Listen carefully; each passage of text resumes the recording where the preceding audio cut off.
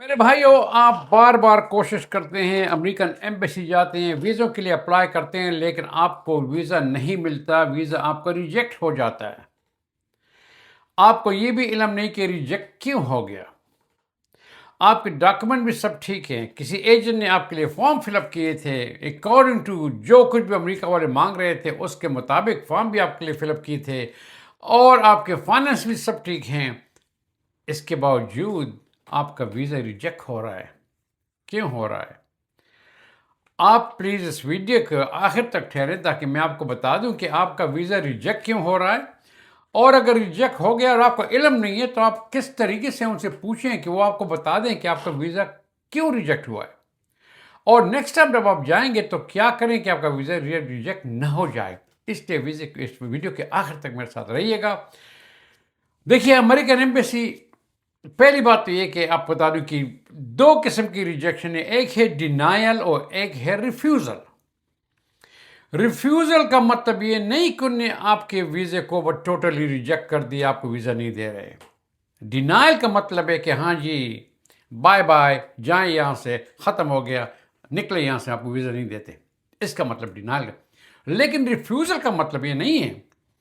Refusal का मतलब ये है कि वो आपने कुछ डॉक्यूमेंटेशन में कुछ लिखा था, DS-160 में कुछ लिखा हुआ था, जिसकी वेरिफिकेशन अभी तक जारी है, या आपने इंटरव्यू में से कुछ कह दिया है जो वो इस शक में हो गए हैं कि ये बात सही है या गलत है, उसकी ज़रा और वेटिंग कर रहे हैं, तो या तो आपसे कह देंगे जी पासपोर्ट हमारे साथ छोड़ दें, आप जाइए, हम आपको कॉल कर देंगे, और जब वेरिफिकेशन हो जाएगी, सब कुछ ठीक निकलेगा, फिर आपको बुलाएंगे, स्टैंप लगा होगा, जी मुबारक हो, लाएं जी, मुबारक हो, वीज़ा मिल गया आपको। या आपसे कहेंगे जी पासपोर्ट भी साथ ले जाएं, हम आपको फिर इतला देंगे कि, तो फिर आपको वो शायद ईमेल या लेटर भिजवा देते हैं कि हम आपको वीज़ा नहीं दे सकते, और ये वजह है उसकी।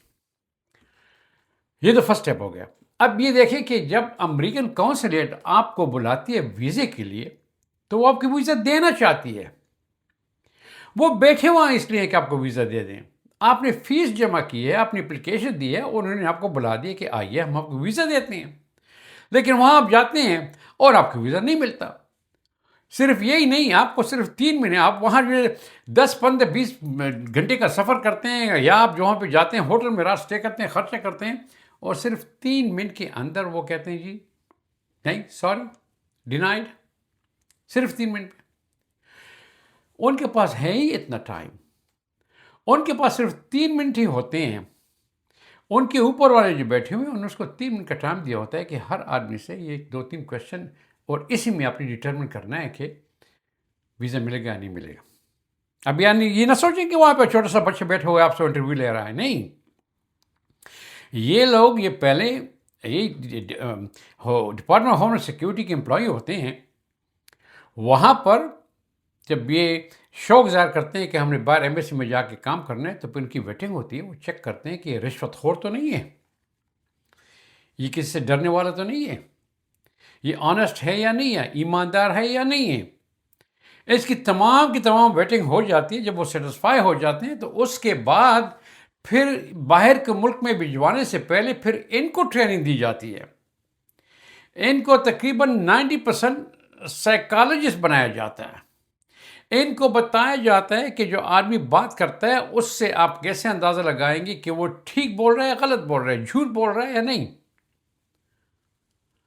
इनको हाथों के जेस्चर भी समझाए जाते हैं। क्या किसी ने ऐसा किया तो उसका क्या मतलब है, आप इंटरव्यू कर रहे हैं, किसी ने यूं किया, क्या मतलब है उसका, कोई ये कर रहा है, क्या मतलब है उसका। इनको ये सारी चीज़ें समझाई जाती हैं वहाँ पे।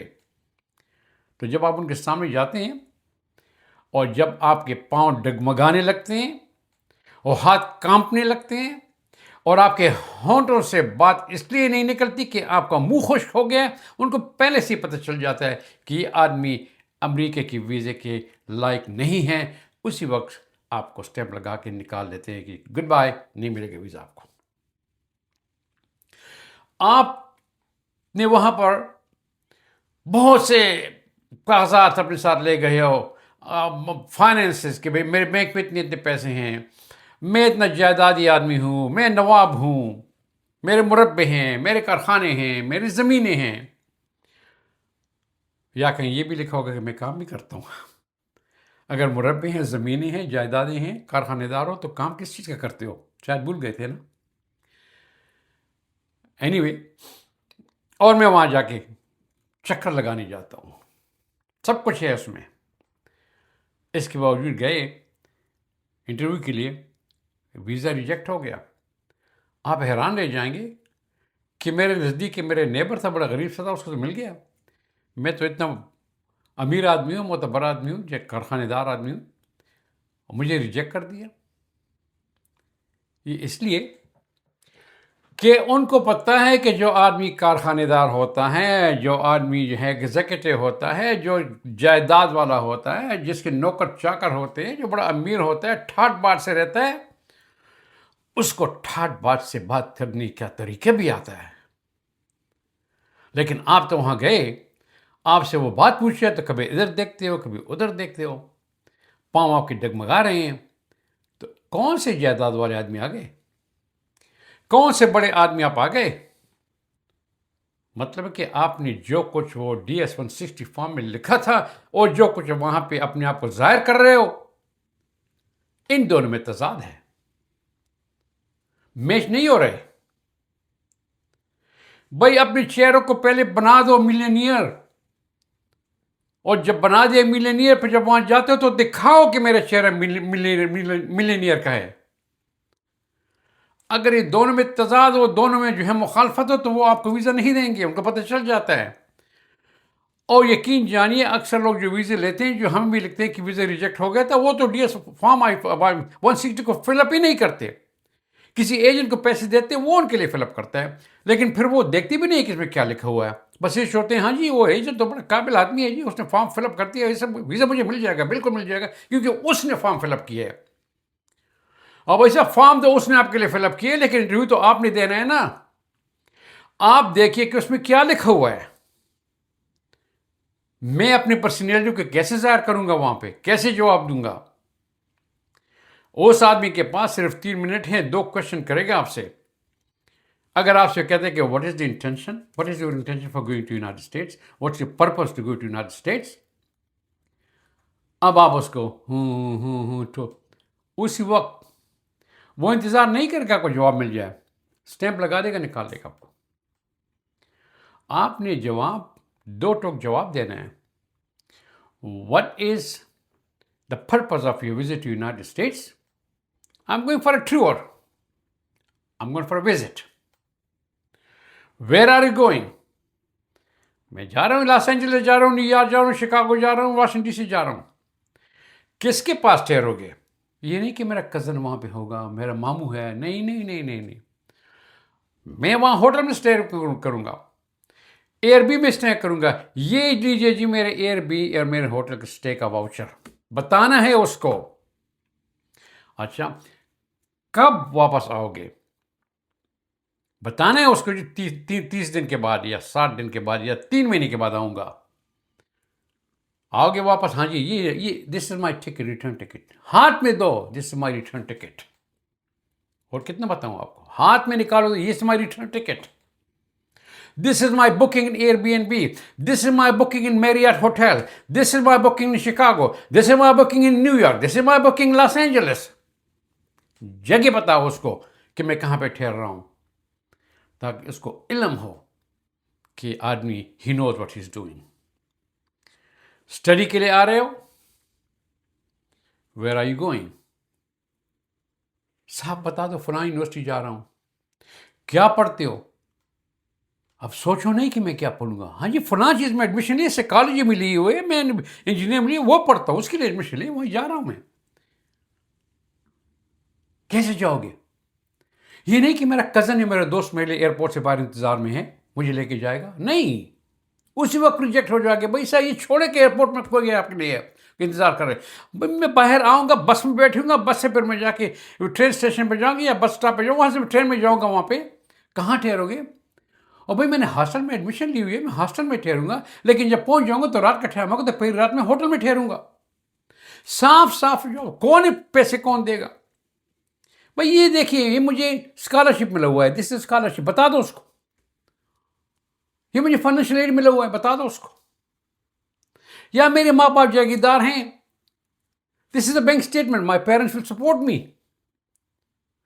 ये नहीं कि वहाँ मेरा कज़न है, मेरा मामू है, मुझे सपोर्ट करेगा, पैसे देगा, उनको पता है वहाँ काम करोगे, रिजेक्ट हो जाएगा। तो जुलेखा की किस्से नहीं सुनाने, वो एक ही क्वेश्चन करेगा, 2 करेगा, 3 करेगा, और आपने 2 टोक जवाब देना है इमीडिएटली। किस्से नहीं सुनाने, वो किस्सों के लिए नहीं बैठा हुआ आपके लिए, उसके पास तमाम इंफॉर्मेशन है, उसने आपका सोशल मीडिया अकाउंट भी चेक किया होगा ऑलरेडी, और अगर नहीं किया तो वो आपसे पूछ लेगा। अच्छा, तो वो चेक कर लेते, पूछ ले तो साफ साफ बता देना क्या क्या अकाउंट हैं आपके, क्या कर रहे हैं उसमें आप यूट्यूबर हैं, आपने कोई यूट्यूब बनाई? हाँ, मैं यूट्यूबर हूँ, बनाते कभी कभी स्टोरी बना लेता हूँ, ये मेरे अकाउंट है, चेक कर लें उसको आप। तो उसके साथ आपने छेड़छाड़ नहीं करनी। यूएस कॉन्सुलेट आपकी दुश्मन नहीं है, वो आपको वीज़ा देना चाहती है, लेकिन आपको वीज़े के काबिल होना चाहिए। आपने वहाँ आपके पाँव में वो डगमगाने नहीं चाहिए, आपके हाथ जो है वो डगमगाने नहीं चाहिए, आपकी ज़बान तेज़ होनी चाहिए, आंखों में आंखें डालकर बात करनी चाहिए, और जो कुछ आपने DS 160 में लिखा हुआ है उसी के मुताबिक आंसर देना है। अगर ज़रा भी आपका आंसर उससे गलत हो जाएगा तो फिर उनको पता चल जाएगा कि आप सही आदमी नहीं हो। वो आपकी ईमानदारी को देखते हैं, आपकी ट्रूथफुलनेस को देखते हैं। तो DS 160 को पढ़ के जाइए। अभी जाइए, आपका वीज़ा फिर भी रिजेक्ट हो गया, और फिर आप कहते हो जी मुझे बताया नहीं कि इसमें क्या क्यों रिजेक्ट हो गया। 90% वीज़े जो रिजेक्ट होते हैं वो होते हैं 214B की वजह से। 214B, इसका मतलब यह है कि वो सेटिस्फाई नहीं हुए कि आप अमेरिका छोड़ के वापस आ जाओगे। आपके टाइज अपने मुल्क में इतने स्ट्रांग नहीं है, चाहे इंडिया, बांग्लादेश है, नेपाल है, अफगानिस्तान है, जो खैर अफगानिस्तान को मिल ही नहीं रहा, नेपाल है, जहाँ भी हो, तो आपके टाइज इतने स्ट्रांग नहीं है इस मुल्क में कि आप वापस आ जाओगे। तो 214B होता है, जिसकी वजह से वो रिजेक्ट हो जाता है। अब आपको वो बताते भी नहीं, है तो मैंने बता दिया ना, वो नहीं बताते आपको। आप कहते हैं हमने ईमेल भिजवाया, उसको लेटर भिजवाया, कोई जवाब ही नहीं देता, पता नहीं कैसे एम्बेसी है। और भाई साहब, आपने पहले तो इंटरव्यू गलत दे दिया, अपने पाँव पे कुल्हाड़ी खुद ही मार दी। अभी आपको तरीका भी नहीं आता कि आप उसे कैसे पूछें कि आपने मुझे रिजेक्ट कैसे किया है। आपने ईमेल भिजवा दिया, उसको लेटर भिजवा दिया, वो जवाब ही नहीं देते। आपकी तरह 1000 लोगों लेटर भिजवाते हैं, वो हर एक का देखेंगे क्या? वो पागल है, उनके पास इतना टाइम है नहीं। जब आप उसको ईमेल भिजवाते हैं या लेटर भिजवाते हैं तो उसमें आप अपना नाम लिखेंगे रेफरेंस में, जायद खान, अली खान, मुराद खान, ABC खान, जो भी है वो लिख लेते हैं। नेक्स्ट उसके साथ आप AA नंबर को लिखेंगे। ये AA नंबर वो नंबर है कि जब आप DS 160 को फिलअप करते हैं तो इस पे एक AA नंबर होता है, और हर आदमी जो DS 160 फिलअप करता है उसका अलग अलग नंबर होता है, जिस तरह ग्रीन कार्ड का नंबर अलग अलग होता है। तो उसके साथ आप AA नंबर को भी लिख देंगे। जब उनको AA नंबर मिल जाता है वो फ़ौरन कंप्यूटर से पुल आउट कर देते हैं, वो आपके जवाब दे देते हैं क्यों आप रिजेक्ट क्यों हुआ था, जवाब मिल जाएगा। अभी आप रिजेक्ट भी हो गए, आप दोबारा जो है तो अप्लाई करना चाहते हैं, इसमें कोई प्रॉब्लम नहीं है। इसमें कोई ये नहीं है कि आप कब अप्लाई कर सकते हैं, लेकिन ये कि फ़ौरन न कीजिए, फिर इतना टाइम दे दें, हफ्ता 10 दिन दे दें, ताकि उन कंप्यूटर सिस्टम में सब कुछ आ जाए, आप दोबारा अप्लाई कर सकते हैं। लेकिन जब आप दोबारा अप्लाई करेंगे तो उन्हीं गलतियों के साथ न करें जैसे पहले किया था। आपको चाहिए कि अभी तक आपको पता लग गया होगा कि भाई मैंने क्या गलतियाँ की हैं, मेरे DS 160 में क्या लिखा था, मैंने क्या बोला है, किस वजह से मैं जो है तो जवाब नहीं दे सका, उन क्वेश्चन करें मैं जवाब नहीं दे सका। उन चीज़ों को आप ठीक करके जाएं। और अगर फिर भी आपको कोई प्रॉब्लम है, इतना कुछ बताने के बावजूद प्रॉब्लम है, तो मेरे यूट्यूब पे जाइएगा, youtube.com ज़कीर ट्रैवल्स, यही चैनल जिस पे आप इसको देख रहे हैं।